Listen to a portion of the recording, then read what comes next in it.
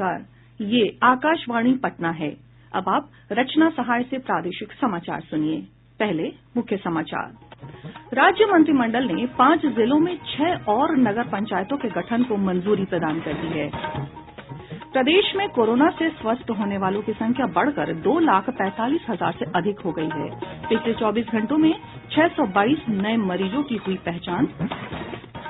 केंद्र सरकार ने 3 कृषि कानूनों को लेकर गतिरोध समाप्त करने के लिए प्रदर्शनकारी किसान संगठनों से आज करेगी बातचीत। और प्रदेश के अधिकांश हिस्सों में आज से शीतलहर चलने की संभावना। पश्चिम से आ रही बर्फीली हवा के कारण ठंड में और बढ़ोतरी होगी। बुलेटिन की शुरुआत इस संकल्प के साथ। कोविड-19 महामारी के खिलाफ देश एकजुट होकर लड़ रहा है। आप भी हमारे साथ सुरक्षा और बचाव के 3 आसान एहतियाती उपायों का संकल्प लें। कोविड-19 से बचाव और सुरक्षित रहने के 3 उपाय। मास्क लगाएं, 2 गज दूरी है जरूरी, सुरक्षित दूरी रखें, हाथ और मुंह साफ रखें। अब समाचार विस्तार से।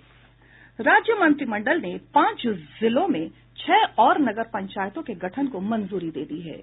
इनमें मधुबनी जिले के बेनीपट्टी, गोपालगंज जिले के हथुआ, नालंदा जिले के नालंदा और पावापुरी, समस्तीपुर जिले के सिंघिया और बांका जिले के बौंसी शामिल हैं।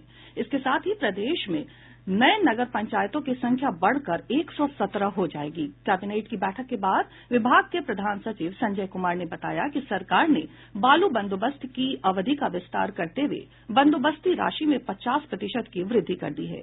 उन्होंने बताया कि कैबिनेट ने 599 इंटर कॉलेजों को अनुदान की मंजूरी दे दी है। मंत्रिमंडल ने बिहार ई स्टाम्प शुल्क नियमावली 2020 के गठन को भी मंजूरी दे दी है। कैबिनेट की बैठक में कुल 12 प्रस्तावों को मंजूरी दी गई। प्रदेश में कोरोना से स्वस्थ होने वालों की संख्या बढ़कर 2,45,828 हो गई है। पिछले 24 घंटों के दौरान 523 मरीजों को उपचार के बाद छुट्टी दी गई। स्वस्थ होने की दर 97.58% हो गई है। वहीं राज्य में पिछले 24 घंटों के दौरान कोविड-19 के 622 नए मामलों की पुष्टि हुई है। सबसे अधिक 241 नए मामलों की पुष्टि पटना जिले में हुई है। वहीं मुजफ्फरपुर में 46 कोविड मामलों की पुष्टि हुई है। स्वास्थ्य विभाग के अनुसार राज्य में कोविड के सक्रिय मरीजों की संख्या 4,708 रह गई है। इधर स्वास्थ्य विभाग ने कहा है कि 21 नवंबर से 21 दिसंबर के बीच ब्रिटेन से पटना लौटे 96 लोगों की कोरोना जांच कराई जा रही है। पटना की civil surgeon doctor Vibha Kumari Singh ने बताया कि एयरपोर्ट अथॉरिटी ने ब्रिटेन से आए 96 लोगों की सूची उपलब्ध कराई थी। उसी के आधार पर जांच प्रक्रिया शुरू की गई है। स्वास्थ्य और परिवार कल्याण मंत्रालय ने कहा है कि देश में कोरोना वायरस संक्रमण के मामले लगातार कम हो रहे हैं। संक्रमण की दर पिछले 1 हफ्ते से 2.25% पर स्थिर है। नई दिल्ली में स्वास्थ्य सचिव राजेश भूषण ने कहा कि भारत के SARS-CoV-2 प्रयोगशालाओं में ब्रिटेन में पाए गए वायरस के नए स्ट्रेन की जांच पर काम शुरू हो गया है। उन्होंने बताया कि ब्रिटेन में संक्रमण के नए प्रकार की जानकारी मिलने से पहले ही भारत ने देश की विभिन्न प्रयोगशालाओं में लगभग 5,000 जीनोम सीक्वेंस का परीक्षण प्रारंभ कर दिया था। उन्होंने बताया कि देश में इस काम में लगातार चरणबद्ध ढंग से तेजी लाई जा रही है। भारतीय आयुर्विज्ञान अनुसंधान परिषद के महानिदेशक डॉक्टर बलराम भार्गव ने बताया कि वायरस पर बहुत अधिक प्रतिरोधक दबाव न डालना ही महत्वपूर्ण है। उन्होंने उपचार पर सावधानीपूर्वक प्रयोग करने की सलाह देते हुए कहा कि उन पथ्यों को प्रयोग नहीं करना चाहिए जिनके लाभ अब तक स्थापित नहीं हो पाए हैं। नीति आयोग के सदस्य स्वास्थ्य डॉक्टर वीके पॉल ने कहा कि सर्दी के मौजूदा मौसम में अधिकांश जनता को कोविड-19 संक्रमण का खतरा है। उन्होंने बताया कि ब्रिटेन में पाया गया वायरस का प्रकार भारत सहित कई देशों में पहुंच चुका है। इस कारण हम सभी को सावधान रहने की आवश्यकता है। केंद्र सरकार ने कहा है कि कोरोना वायरस के नए रूप SARS-CoV-2 से निपटने में मौजूदा टीके कारगर रहेंगे। ऐसा कोई प्रमाण नहीं है कि ये टीके विफल होंगे। मुख्य वैज्ञानिक सलाहकार विजय राघवन ने नई दिल्ली में मीडिया को बताया कि कोविड के नए रूप में इतना बदलाव नहीं है कि मौजूदा टीके निष्प्रभावी हो जाएं। SARS-CoV-2 के बारे में विस्तार से जानकारी देते हुए उन्होंने कहा कि इसमें 17 तरह के बदलाव देखे गए हैं। ब्रिटेन में पाया गया कोरोना ज्यादा संक्रामक है। उन्होंने कहा कि SARS-CoV-2 के जीनोम अनुक्रमण का पता लगाने के लिए देश में चिन्हित प्रयोगशालाओं में तेजी से जांच का काम चल रहा है। अखिल भारतीय आयुर्विज्ञान संस्थान एम्स में एंडोक्राइनोलॉजी विभाग के प्रोफेसर डॉक्टर राजेश खडगावत ने कहा है कि इस रोग से बचाव के लिए सावधानियां बरतनी होगी। डॉक्टर खडगावत ने कहा कि महामारी अभी खत्म नहीं हुई है और लोगों को एहतियात में कोई कोताही नहीं करनी चाहिए।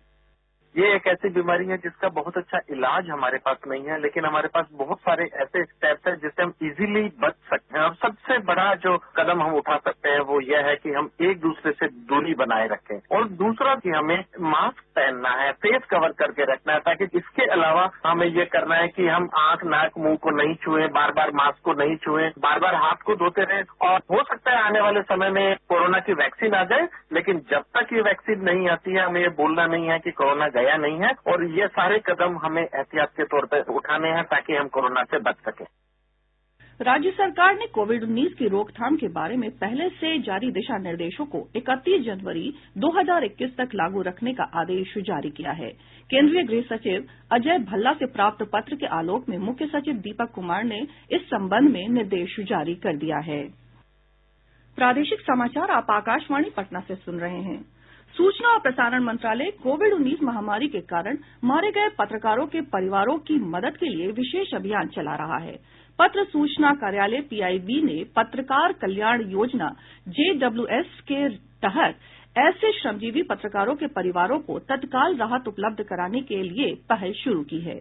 इस योजना का लाभ उठाने के इच्छुक परिजनों को एक निर्धारित आवेदन पत्र में PIB को सूचना उपलब्ध करानी होगी। आवेदन के साथ दिवंगत पत्रकार के श्रमजीवी पत्रकार होने का प्रमाण, कोरोना के संक्रमण के कारण मृत्यु प्रमाण पत्र और आय का प्रमाण संलग्न करना होगा। संबंधित आवेदन PIB के अपर महानिदेशक के पास ईमेल से भेजे जा सकते हैं। ईमेल का पता है prspib101@gmail.com और adgpf107@gmail.com। केंद्र सरकार ने 3 कृषि कानूनों को लेकर गतिरोध समाप्त करने के लिए प्रदर्शनकारी किसान संगठनों को आज बातचीत के लिए आमंत्रित किया है। सरकार और किसानों के बीच ये छठे दौर की बातचीत होगी। केंद्र ने 40 किसान संगठनों को बातचीत के लिए आमंत्रित किया है। बैठक में कृषि कानूनों के अलावा न्यूनतम समर्थन मूल्य, वायु गुणवत्ता और बिजली से जुड़े कानूनों पर भी चर्चा होगी। प्रदेश में नए साल 1 से 10 जनवरी तक किसानों से धान खरीदने के लिए विशेष अभियान चलाया जाएगा। इस अभियान को लेकर पटना के जिलाधिकारी कुमार रवि ने बताया कि आज और कल धान खरीद के लिए गांव में विशेष कैंप लगाया जाएगा। इस दौरान किसान सलाहकार और कृषि समन्वयक घर घर जाकर किसानों से संपर्क करेंगे और धान बेचने के इच्छुक किसानों की संख्या और धान की मात्रा से जुड़े आंकड़े एकत्रित करेंगे। इधर प्रदेश में धान बेचने के लिए 3.5 लाख किसानों ने पंजीकरण कराया है। खाद्य और उपभोक्ता संरक्षण विभाग के सचिव विनय कुमार ने बताया कि सरकार ने इस बार किसानों से पूछकर धान खरीद की रणनीति बनाई है। उन्होंने कहा कि धान और चावल के संग्रहण के लिए गोदाम की संख्या बढ़ाई जा रही है। प्रदेश में अधिकांश हिस्सों में आज से शीतलहर चलने की संभावना है। पश्चिम से आ रही बर्फीली हवा के कारण ठंड में और बढ़ोतरी होगी। मौसम विभाग ने कहा है कि इससे कई स्थानों पर न्यूनतम तापमान में और गिरावट आने की संभावना है। पटना, भागलपुर, पूर्णिया सहित कई शहरों में न्यूनतम तापमान सामान्य से काफी नीचे देखा जा रहा है। सूर्यास्त के बाद ठिठुरन और बढ़ जा रही है। इधर वातावरण में आर्द्रता रहने के कारण अधिकांश हिस्सों में सुबह और शाम के समय घना कोहरा छाया रहा है। कोहरे के कारण दृश्यता में भी कमी आई है। दृश्यता घटने के कारण पटना हवाई अड्डे पर कई विमानों की आवाजाही भी बाधित हुई है। सामान्य प्रशासन विभाग ने भारतीय प्रशासनिक सेवा के 7 अधिकारियों को प्रोन्नति दे दी है। नगर और आवास विभाग के सचिव आनंद किशोर और मुख्य निर्वाचन पदाधिकारी HR श्रीनिवास को सचिव पद से प्रोन्नति देकर प्रधान सचिव बनाया गया है। इसके अलावा मनीष कुमार, कुमार रवि, दिवेश सेहरा, बाला मुरुगन डी और राधे श्याम शाह को सचिव के पद पर प्रोन्नति दी गई है। इधर हाल ही में प्रोन्नत किए गए 20 IAS अधिकारियों को नई जिम्मेवारी सौंप दी गई है। विधानसभा अध्यक्ष विजय कुमार सिन्हा ने लोक लेखा समिति और प्राक्कलन समिति की उप समितियों के लिए संयोजक मनोनीत कर दिया है। लोक लेखा समिति की 4 उप समितियों के लिए अवध बिहारी चौधरी, महेश्वर हजारी, राघवेंद्र प्रताप सिंह और विजय शंकर दुबे को संयोजक मनोनीत किया गया है, जबकि प्राक्कलन समिति की 3 उप समितियों के लिए निरंजन कुमार मेहता, समीर कुमार महासेठ और अशोक कुमार सिंह को संयोजक बनाया गया है। भाजपा के वरिष्ठ नेता और राज्यसभा सांसद सुशील कुमार मोदी ने कृषि कानून के विरोध में वाम दलों के आह्वान पर किसानों के राजभवन मार्च को विफल बताया। उन्होंने कहा कि बिहार के किसान राजग सरकार के काम से संतुष्ट हैं, इसलिए कृषि कानून के विरुद्ध भारत बंद और राजभवन मार्च जैसे हथकंडे विफल रहे हैं। PMCH सहित प्रदेश के अन्य मेडिकल कॉलेज अस्पतालों की जूनियर डॉक्टरों की हड़ताल जारी है। स्टाइपेंड में बढ़ोतरी की मांग को लेकर जूनियर डॉक्टर हड़ताल पर हैं। हड़ताली डॉक्टरों के एक प्रतिनिधि मंडल ने स्वास्थ्य मंत्री मंगल पांडेय से मुलाकात की और अपनी मांगों का ज्ञापन भी सौंपा। इस दौरान स्वास्थ्य मंत्री ने जूनियर डॉक्टरों से काम पर लौटने का आग्रह किया। डॉक्टरों ने कहा कि वे अपनी मांगों पर विचार करने के लिए लिखित आश्वासन मांग रहे थे, लेकिन विभाग ने किसी भी प्रकार का लिखित आश्वासन नहीं दिया। उधर सरकार ने दावा किया कि हड़ताली जूनियर डॉक्टर और इंटर्न काम पर लौटने लगे हैं। समाज कल्याण विभाग विभिन्न जिलों के बालिका गृहों में रह रही 30 और लड़कियों को होटल मैनेजमेंट के प्रशिक्षण के लिए बेंगलुरु भेजेगा। सरकार इन लड़कियों को आत्मनिर्भर और स्वावलंबी बनाने के लिए प्रशिक्षण की प्रक्रिया शुरू की है। सरकार इससे पहले 14 लड़कियों को प्रशिक्षण के लिए बेंगलुरु भेज चुकी है। इनके प्रशिक्षण पर होने वाले खर्च का वहन राज्य सरकार करेगी। शिक्षा विभाग ने माध्यमिक और उच्च माध्यमिक विद्यालयों के लिए शैक्षणिक कैलेंडर 2021 जारी कर दिया है। जारी कैलेंडर में अगले साल विभिन्न पर्व त्योहारों के लिए अवकाश की घोषणा की गई है।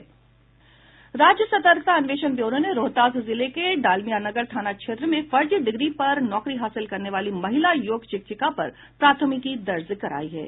मुजफ्फरपुर पुलिस ने 8 अपराधियों को हथियार के साथ गिरफ्तार किया है। SSP जयंतकांत ने इसकी पुष्टि की। वहीं जिले के अय्यापुर थाना क्षेत्र से पुलिस ने आधा दर्जन शराब तस्करों को भी गिरफ्तार किया है। अब पटना से प्रकाशित प्रमुख समाचार पत्रों की सुर्खियां। आज के सभी समाचार पत्रों ने अलग अलग खबरों को सुर्खी बनाया है।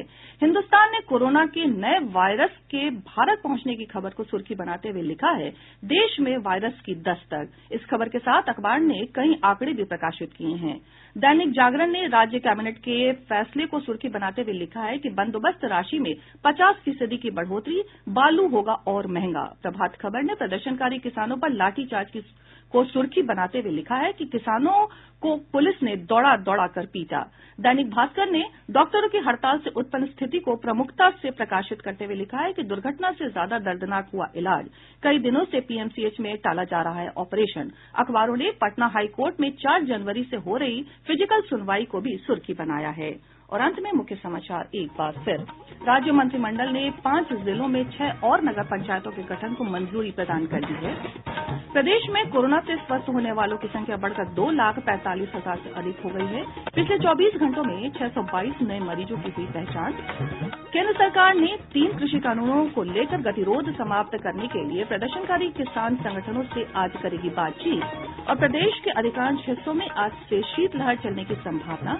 पश्चिम से आ रही बर्फीली हवा के कारण ठंड में और बढ़ोतरी होगी। इसके साथ ही आकाशवाणी पटना से प्रसारित प्रादेशिक समाचार का ये अंक समाप्त हुआ।